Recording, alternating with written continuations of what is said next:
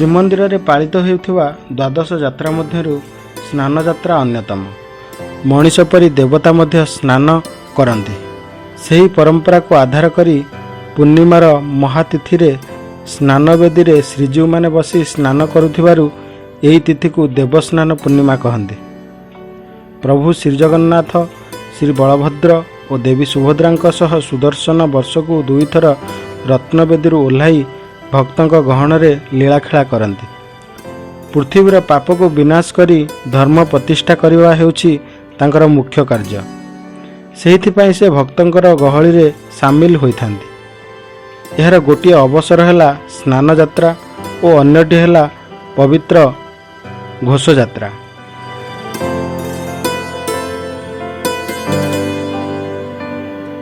पवित्र ज्येष्ठ पूर्णिमा हेउछि प्रभु श्री जगन्नाथंकर आविर्भाव दिवस। जेहेतु एही पुण्यतिथि रे प्रभु श्री जगन्नाथंकर आविर्भाव घटिथिला, सेही पुण्यतिथि रे भक्तजन एकाठी होई स्नान वेदी रे महाप्रभुंकर महास्नान महोत्सव अनुष्ठित करती। प्रभुंक सह बड़ भाई बलभद्र भौणी सुभद्रा मध्य एही स्नान मंडप रे स्नान करिथांती। प्रभुंकर विश्व प्रसिद्ध घोष यात्रार अव्यवहित पूर्वरु एही स्नान यात्रा अनुष्ठित होइथिबारु यह घोष यात्रार एक अंश बोली धरा जाए। देवस्नान पूर्णिमा पई समग्र श्रीक्षेत्र बेस उत्सव मुखर होई उठिଥାଏ।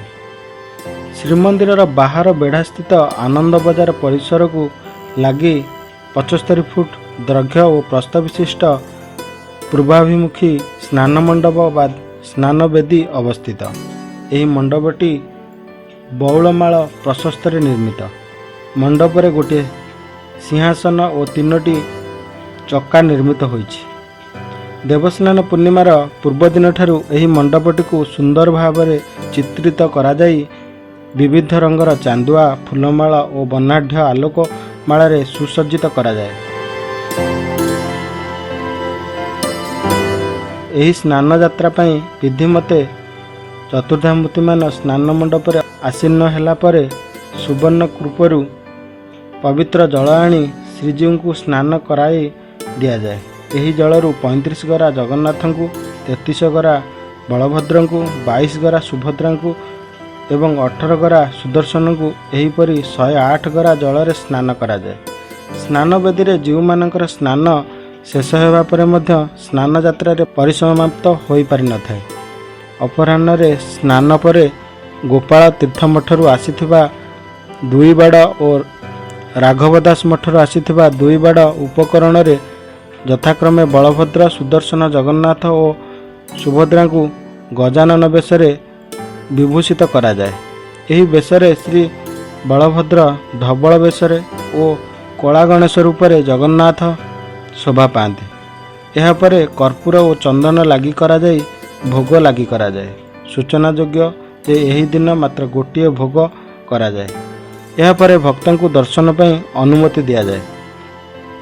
यह परे रातिरे श्रीमंदिर रे श्रीजीव को रत्न सिंहासन उपरे न बसाई एकांत भावे अणसर घरे 15 दिवसावधि रखा जाए एवं विधि अनुଯାयी पूजा करा जाए।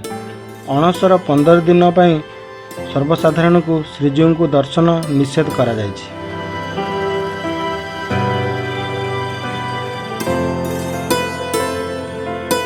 वामदेव संहितारे 14 अध्याय श्री जगन्नाथ का स्नान यात्रा बेस सुंदर भाव में वर्णित करा जायछि।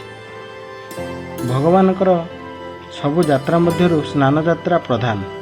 प्रभु श्री जगन्नाथंकर स्नान मंडप रे दर्शन कले महापुण्य प्राप्ति होइथाय।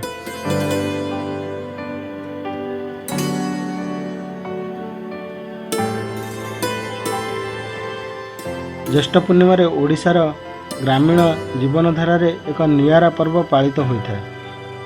परिवारर ज्येष्ठ संतान को सम्मान जणाई ताकू स्नेह आदरर ममता देई पूजा करा जाए। ज्येष्ठ संतान ही सकल स्नेह श्रद्धा और ममतार अधिकारी।